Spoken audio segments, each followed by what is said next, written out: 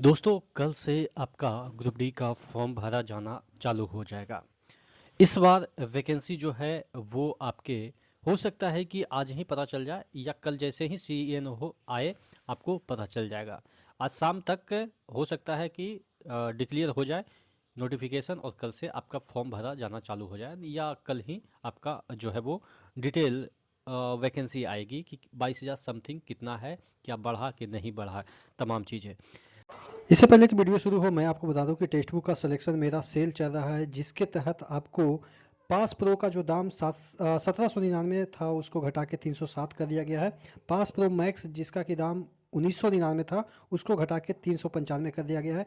ER Manish coupon code जरूर use कीजिएगा, जिससे कि आपको 12% का एक्स्ट्रा आपको यहाँ पे डिस्काउंट भी मिल जाएगा। और अगर हम बात करें पास प्रो मैक्स की, तो यहाँ पे बेनिफिट की हम रैंकर टेस्ट सीरीज है, 10,000 प्लस स्टडी नोट्स है, रियल टाइम डॉट सपोर्ट है, और तकरीबन 1.5 लाख प्लस मॉक टेस्ट है, 30,000 प्लस प्रीवियस ईयर के पेपर हैं। तो अनलिमिटेड बार भी लगा सकते हैं। नीचे डिस्क्रिप्शन बॉक्स में इसका लिंक दिया हुआ, जल्दी से ऑफर को ग्रैब कर लीजिएगा, क्योंकि यहाँ पे ही जो बच्चे हैं वो लगभग जो एग्ज़ाम का प्रिपरेशन करते हैं, तो आपको एक्चुअल रैंक का भी पता चल जाएगा कि आप इस भीड़ में कहाँ पे स्टैंड करते हैं। नीचे डिस्क्रिप्शन बॉक्स में लिंक दिया हुआ है। लेकिन सबसे बड़ी चीज़ ये है कि इस बार जो फॉर्म भरा जाएगा उसमें एज रिलैक्सेशन तो नहीं दिया गया है और ना ही इन फ्यूचर कोई एग्ज़ाम में मुझे जहाँ तक लग रहा है कि अब मिलेगा। जो 33 है वो ऑलरेडी 33 ही रहेगा।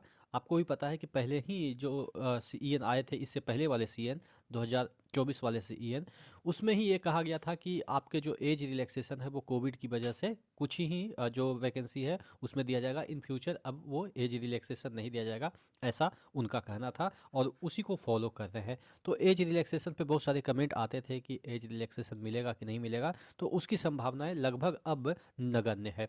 चलिए, ये तो हुआ पहला पॉइंट। दूसरा पॉइंट की हम बात कर लेते हैं कि देखिए, जोन भरिएगा ये सोच के कि आप जो है वो वहाँ पे अगर 1-2 नंबर कम भी रहेगा तो सिलेक्शन हो जाएगा। इसमें 2 तरीके से लोग फॉर्म भरते हैं। एक, जिनको कि लगता है कि उनकी जॉब सिक्योर है या वो जो नहीं करना चाहते हैं जॉब ये, तो वो अपना होम जो है वो जोन डालेंगे।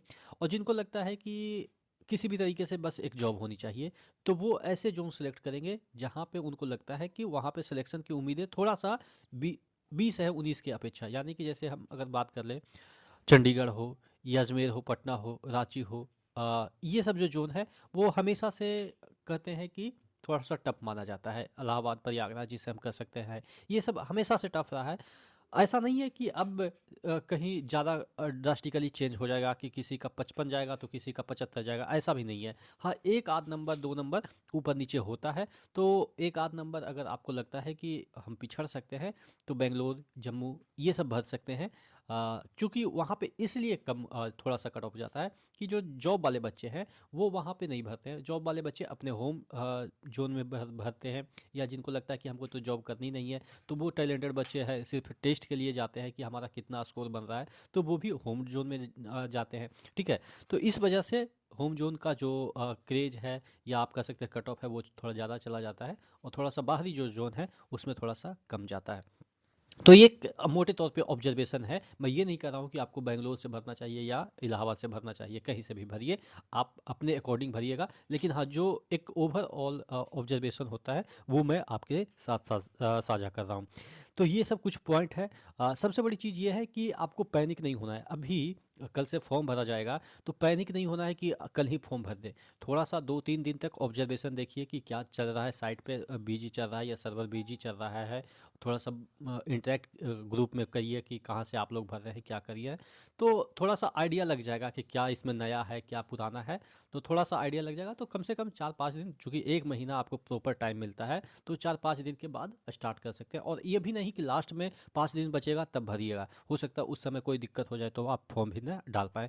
तो कम से कम 5 दिन बाद और 5 दिन पहले तक, इसी दरमियान यानी कि 20 दिन के अंदर आप लोग फॉर्म भर दीजिएगा। ठीक है, और जोन की तो मैं बात ही बता दिया था कि, और लेकिन पढ़ाई तो आपको करनी ही पड़ेगी। ऐसा नहीं है कि जोन सेलेक्ट करने से आपका सिलेक्शन हो जाएगा, पढ़ाई करनी पड़ेगी। और पढ़ाई जो प्रीवियस ईयर जितने भी अभी 4-5 साल से 2018 से जितने भी क्वेश्चन आए हैं उसको भी अगर आप थॉरोली कर लीजिएगा तो आपका सिलेक्शन की उम्मीदें थोड़ा बढ़ जाती है, बशर्ते कि आपके करंट अफेयर्स जो है वो अब तगड़ा होना चाहिए। क्योंकि देखिए, साइंस हो, मैथ्स हो, रीजनिंग हो, इसका सिलेबस तो चेंज नहीं किया जा सकता, ना ही कंसेप्ट चेंज किया जा सकता है। चेंज क्या किया जा सकता है कि आपके जो करंट अफेयर्स हैं उसमें डीप में पूछा जा सकता है। अब किसी विदेश के आप एक मोटे तौर पे जकार्ता हो या आप कराची हो, ये सब मोटे तौर पे शहर को जानते हैं। लेकिन अगर आपसे कुछ ऐसे शहर के बारे में पूछ दिया जाए उसके, जैसे कि यहीं के अगर हम बात कर लेते हैं किसी को ग मतलब कि ऐसे-ऐसे शहर हैं जिनका कि नाम नहीं पता है, ठीक है? उसके बारे में अगर विदेश के कोई